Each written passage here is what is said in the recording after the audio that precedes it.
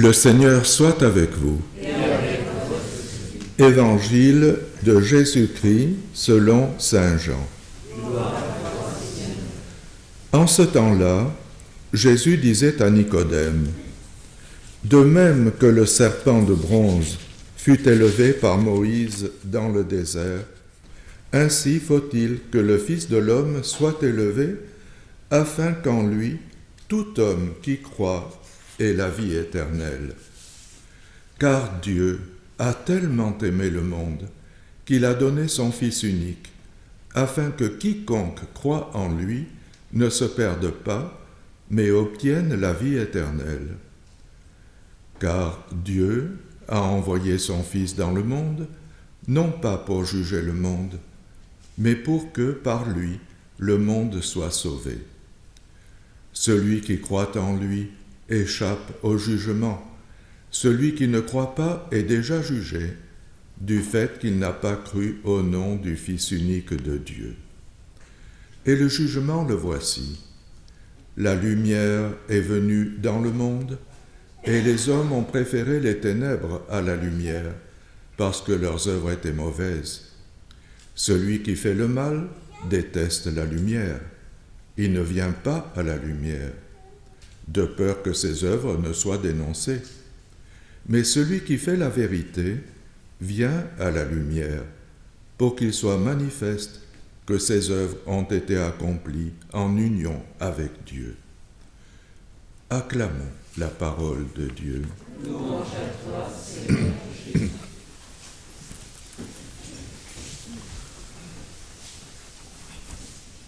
Oui, dans ce dimanche qui est celui de la joie de découvrir, malgré nos fautes, la miséricorde du Seigneur. Oui. Dans l'année A, c'est l'évangile de l'aveugle-né guéri par Jésus. Et dans l'année C, c'est l'évangile de l'enfant prodigue. Ils vont tous un peu dans ce même sens. Et aujourd'hui, nous avons écouté cet échange qui a eu lieu entre Jésus et Nicodème. Tellement beau aussi. Hein. Le pape est allé récemment en Irak et il a voulu faire une visite à Ur, qui est près de la capitale et qui est près de ce que l'on appelait Babylone autrefois. Oui. Et on peut dire que la vie du peuple hébreu s'est déroulée entre Babylone et Jérusalem. Babylone, le faux Dieu, Jérusalem, le vrai Dieu qui se révèle. Oui. Abraham vivait à Ur, comme on l'a évoqué durant le voyage du Saint-Père, et il a été appelé par Dieu, qui l'a amené dans la région de Jérusalem. Oui. Et le peuple hébreu, qui est né d'Abraham, a vécu à Jérusalem, mais quand ces péchés sont arrivés à un extrême que décrit la première lecture, et le peuple qui péchait, les prêtres même, les rois devenaient indignes, alors Dieu, avec les Babyloniens, a châtié ce peuple qui est retourné à la case départ, oui, à Babylone. Il a été 70 ans là en exil et aujourd'hui les lectures évoquent cette miséricorde de Dieu qui a, oui, exigé ces 70 ans, comme dit la lecture que nous avons lue, pour réparer tous les sabbats qui avaient été profanés, ces jours du Seigneur qui n'étaient plus des jours du Seigneur. Oui. Et au bout de 70 ans, Dieu a suscité ce roi Cyrus, un personnage un peu mystérieux, qui a eu une révélation de Dieu et qui a compris que Dieu lui demandait de renvoyer les Juifs sur leur terre pour qu'ils reconstruisent leur temple. C'est très beau, c'est ce que dit le roi Cyrus. Ainsi parle le roi Cyrus, le Seigneur Dieu, le Dieu du ciel, m'a donné tous les royaumes de la terre, il m'a chargé de lui bâtir une maison à Jérusalem en Juda. Lui qui ne connaissait absolument rien du Dieu des Juifs. Cette miséricorde de Dieu qui se sert d'un instrument comme cela, qui probablement ne pouvait pas tellement comprendre, mais qui a transmis ce qu'il a reçu de Dieu. Ça nous a fait penser à l'époque. On comparait un petit peu Cyrus avec Gorbatchev et la perestroïka qui a commencé avec Gorbatchev, qui n'y comprenait peut-être pas grand-chose, mais qui cependant a été l'instrument du Seigneur pour libérer un petit peu au moins d'un joug.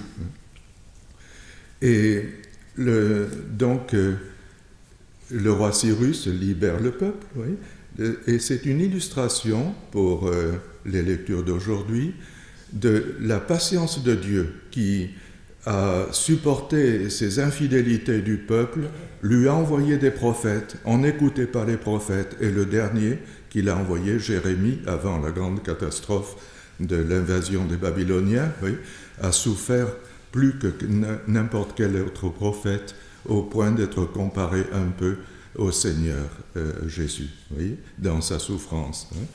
Et cependant, une fois que le peuple a été marqué par son péché et qu'il a expié, la miséricorde de Dieu qui se manifeste. Je ne sais pas si vous avez prêté attention un peu au psaume. Le psaume, d'une façon très poétique, nous mettait un petit peu dans la situation des Juifs à Babylone, quand ils avaient tout perdu, et qu'ils étaient tristes. Nous étions assis et nous pleurions près des fleuves de Babylone, le Tigre et l'Euphrate. Et cette idée très belle, au sol des alentours, nous avions pendu nos harpes. Nous n'avions plus aucune envie de jouer de la musique. Et en plus, ceux qui nous avaient envahis nous demandaient de chanter des chansons gaies du peuple juif. On n'avait aucune envie de chanter. Alors on a omis la suite du psaume, parce que la suite du psaume, si on pouvait attraper tes enfants et puis leur fracasser la tête contre les murs, ça c'était la réaction des Juifs. Comme chrétiens, on atténue un petit peu cela. Mais la miséricorde du Seigneur qui se manifeste pour ce peuple qui souffre de son péché, et une fois qu'il a souffert de son péché, le Seigneur qui rétablit les choses. Et Saint Paul, lui, la lecture de Saint Paul le résume très bien en quelques mots. C'est comme une illumination des deux autres lectures, quand il parle du Dieu riche en miséricorde. Voilà, c'est bien. Ça définit un petit peu l'esprit qu'il y a dans les autres lectures. Et dans l'Évangile, nous avons cette entrevue tellement impressionnante entre Jésus et Nicodème. Nicodème, un savant, un théologien, docteur dans la loi, qui a été impressionné quand même par ce qu'il a vu, par ce qu'il a entendu de Jésus, et discrètement, une nuit, est allé lui rendre visite. C'était un petit peu risqué quand même de se montrer en plein jour quand les opinions étaient tellement divisées sur Jésus. Alors il va le voir discrètement, et entre lui et Jésus a lieu ce dialogue magnifique que saint Jean rapporte au chapitre 3 de son évangile.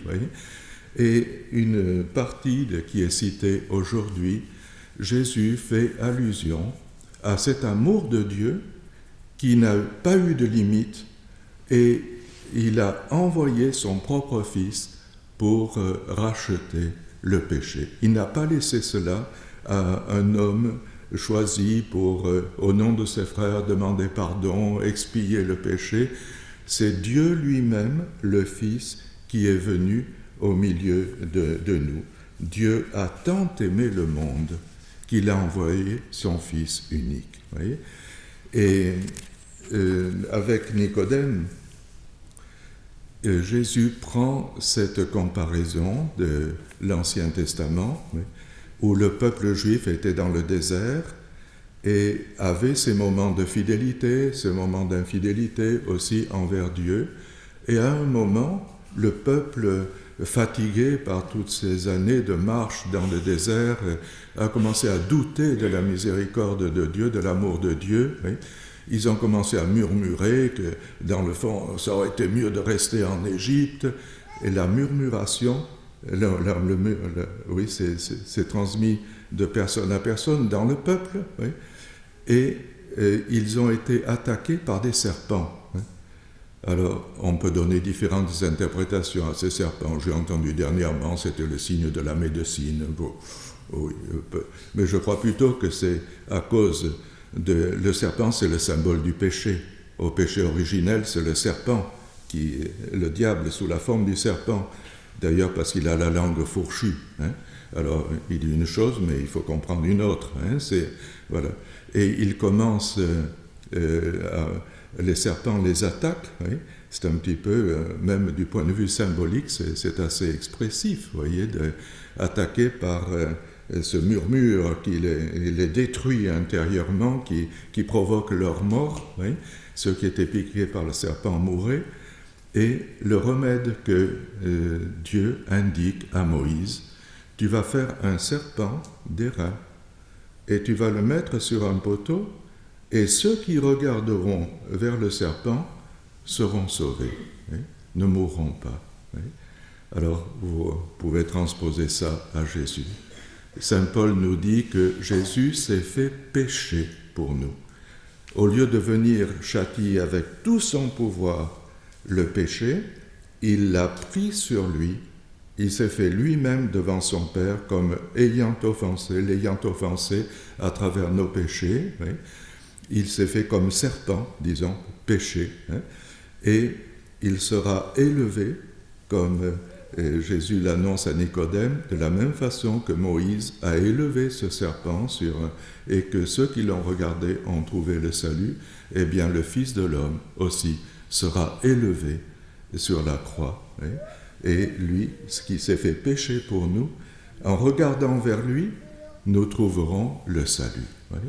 Cette préparation de Pâques est pour nous l'invitation à regarder vers la croix, y voir Jésus qui s'est fait péché pour nous, et préparer notre cœur pour cette grande semaine où nous rentrerons vraiment dans la passion de Jésus, tout ce qu'il a fait pour nous, et aussi dans sa résurrection. Nous n'en resterons pas là, mais c'est grâce à ce regard sur Jésus crucifié que nous trouverons pour nos âmes le salut, pour le monde le salut aussi. Et demandons que ce ne soit pas simplement un petit groupe qui soit capable de regarder Jésus sur la croix, mais que cette miséricorde de Dieu, qui est soulignée aujourd'hui, soit connue par tant de personnes qui vivent un drame